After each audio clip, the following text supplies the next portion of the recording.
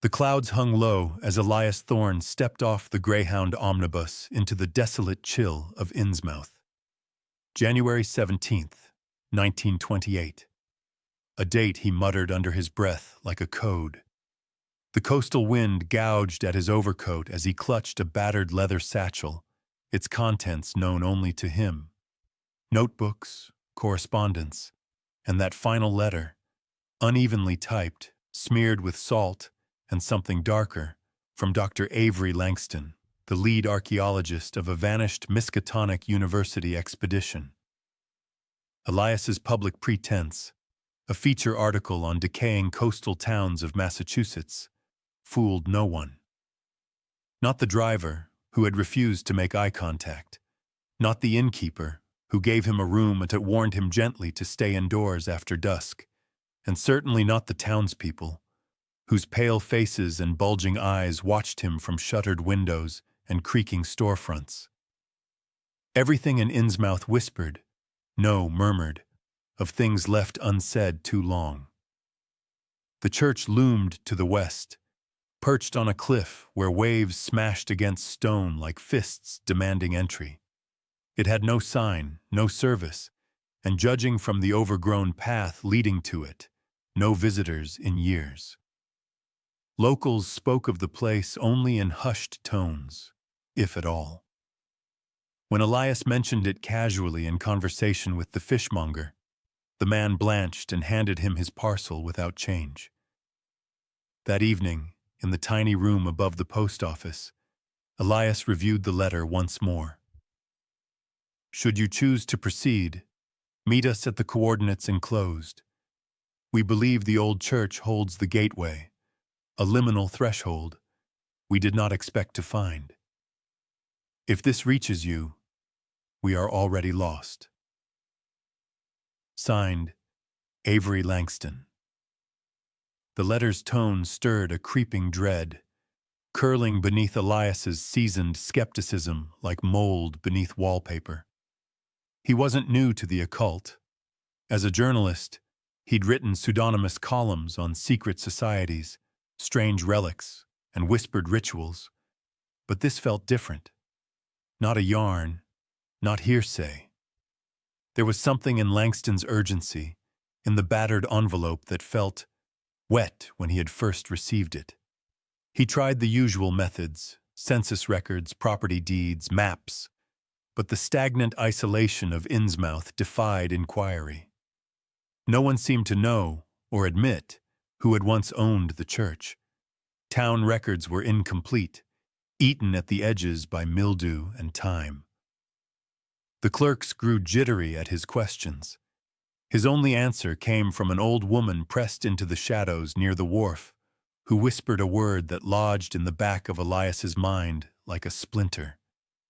Dagon. By the third night, shadows began to stretch the wrong way under moonlight. His sleep was punctuated by dreams of salt-choked corridors and bells ringing beneath the ocean. He awoke gasping, heart throbbing against a fear he couldn't name. And yet, the next morning, Elias stood at the forgotten threshold of the church, faded coordinates in hand, bracing to cross into silence. Whatever the expedition had uncovered, he needed to know. For truth. For the story. Or, behind the veneer of ink and intent, because some callings arrive not by choice but by inheritance. Fog curled thick at the doorway as he stepped into the long-abandoned nave, and behind him, the town of Innsmouth held its breath. Elias Thorne stood before the warped oak doors of the derelict church, wind hissing through broken stained glass like the last breaths of the damned. The night pressed in, thick with salt and storm, as lightning forked over the cliff, casting the structure in momentary silhouette. Clutched in his coat pocket was the copied note from Professor Greaves, the final communiqué from the vanished archaeological expedition, marked by a set of strange coordinates that had led Elias here.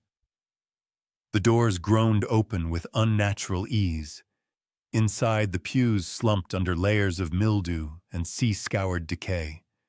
A salt-encrusted altar stood crooked before a yawning chasm where the pulpit had once been. Elias stepped lightly around fallen hymnals, chasing fragments of his own breath as it escaped into the chill. Behind the altar, buried beneath warped floorboards, he found it, a hidden stairwell descending into damp blackness. By flickering lantern light, Elias descended into the bowels of the church. The stone walls, carved with spiraling etchings that seemed both ancient and animate, pulsed faintly with warmth. A chamber opened before him, circular, vast, and wholly alien. At its center lay a bundle of leather-bound journals and, wrapped in oilskin, an artifact unlike anything Elias had imagined. The map of shifting lands shimmered as he unrolled it, the parchment writhing with a sentience it ought not possess. It showed not just topography, but motion, ridges unfurling, coastlines realigning, roads bending impossibly back upon themselves. The map quivered when Elias touched it, reacting not to pressure, but intent. In its center, a single mark burned red, hovering just above the church's location. That night, back at his inn under swaying rafters and the insomnia of too many unanswered questions, Elias dreamed, or hallucinated. Corridors of black marble stretched on forever, in looping angles his senses could not untangle. Voices echoed soundlessly from eyeless statues, and atop twisted staircases that led below, silhouettes wandered without limbs or faces. He saw a man, he thought it was Greaves, staring into a bowl of liquid metal, screaming though his mouth never moved. Shadows peeled from walls and slithered into him. Then a flash of wings, vast and slick with ichor, scraped against vaulted ceilings far too high to exist. Elias woke gasping, finding himself on the floor, the map unfurled beside him, changed. New lines scrawled where none had been. A path now led behind the church, ending at something labeled in inhuman script that swirled and danced even as he stared. Somehow he understood. The expedition had not fled. They had been taken, or willingly crossed into some other truth. Elias snapped his notebook shut. He could no longer feign detachment. The air in Innsmouth thickened with unseen eyes. The church was only the beginning, and the map, it was watching him. The rain had not stopped since midnight, beating down like skeletal fingers on Elias Thorne's rented boarding room windows. The map pulsed on the desk before him, its colors shifting like oil upon water, altering its patterns each time he dared to blink. For hours, perhaps days, he had studied it, watching as roads twisted away from their remembered paths and symbols appeared where none had been before. A circle etched in charcoal had taken form behind the old church, bordered by jagged glyphs his mind refused to decipher, but his dreams did.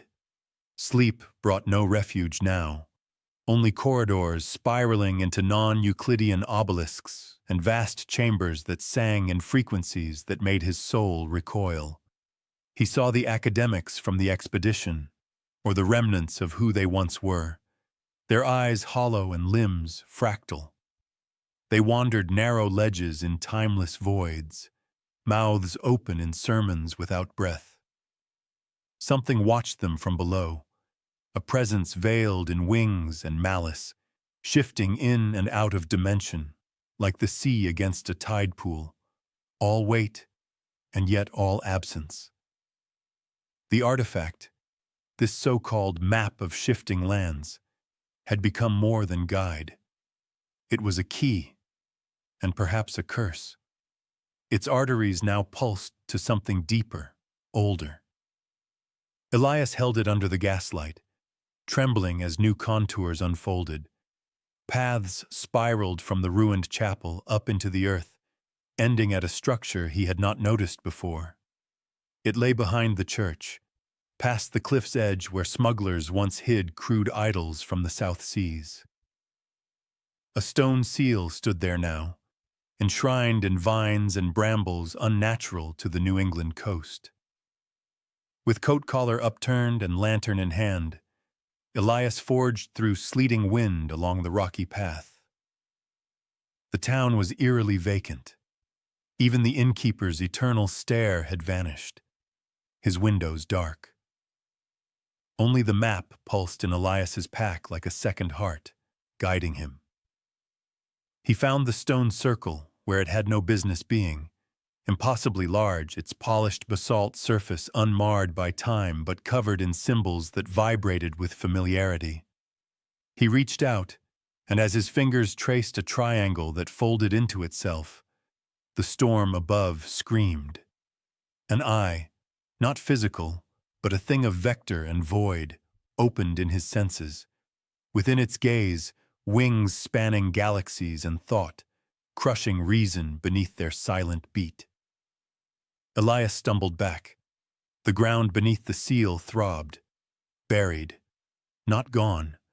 From the side of the seal, half buried in dirt, he unearthed fragments of the expedition's journal, water-warped pages, ink blotted by salt. Sketches of a being immense and winged.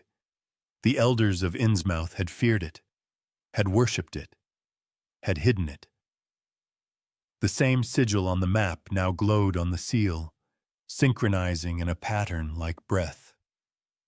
The storm drowned the world above, lightning flashing against the silhouette of the crumbling steeple, while Elias realized too late that the church was but threshold. Something beneath was waking. The map was opening the way, and he was no longer just observing. He was being watched. From beneath. From beyond. The storm over Innsmouth had risen into a fury by nightfall. Wind howled between rotted eaves and shattered glass, screaming like the souls lost beneath the waves. Elias Thorne, coat heavy with rain and eyes wild with sleeplessness, stood before the altar in the ruined church, his trembling hands clutching the map of shifting lands. The walls twisted subtly, as if the geometry of the place no longer bound itself to earthly reason. Once this sanctuary had been built for prayer. Now it was host to something far older. He found the symbol again, the triple spiral of unknowable angles that pointed ever downward, carved into the floor where the altar once stood. Breath shallow, he placed the map atop it. As before, the ink danced, reshaping, revealing. A concave depression formed before his eyes, stairs descending into blackness where none had existed. He hesitated. Behind him, not a single townsman stirred. Not even the seagulls shrieked overhead. The entire village had become hushed, as if nightly breath was held in unison. Clutching a lantern and the shifting map, Elias descended. The air changed. Stone walls became slick with moisture, not of this world, carved in ways that defied perspective. The passage widened into a vast, cyclopean chamber, an impossible Gothic dome, larger than any subterranean space had right to be. A lake stretched before him, its surface thick and still. Across that lake, erected from shattered pillars and fused bones, stood a seal half sunken into the water. Elias staggered closer, heart pounding. The sigils covering the stone throbbed with dull violet light. Something beyond them pulsed. He did not see the entity in full. No sane man could. Only fragments reached him through the veil, wings that weren't wings, unending tentacles writhing like thoughts made flesh, an eye the size of the moon, still closed in slumber. And above all, a deep humming so low it vibrated the marrow in his bones. The map begged to be used. It illuminated a slot in the base of the seal, a lock untouched for millennia. A mechanism left not by the outer thing, but by desperate human hands. The last act of the expedition. Elias understood the price instantly. Memory. To activate the seal was to trade the truth, and perhaps his mind, for the world's continued ignorance. But not acting meant allowing what slept to wake. Fingers trembling, he pressed the map into place. With a shudder, the dome convulsed. A groaning like the death cry of creation itself cascaded through the cavern. The lake boiled, walls rippling, the eye across the darkness twitching once, then still. A sudden, wrenching pressure pulled Elias upward through the screaming dark. He awoke in a bed of white linens, the stench of antiseptic thick in the air. Through a shrouded window, winter sunlight blinked. Outside, not Innsmouth, not rain, nor sea. Inside, his own voice, hoarse and unfocused. "They said I was found wandering near Arkham," said a nurse. "They brought no map, no journals, only a man with 1,000-yard stare and a name he barely remembered." Elias Thorne smiled without reason. Beneath his skin, something stirred. Below the church, the creature dreamed on. And one day, it would remember him.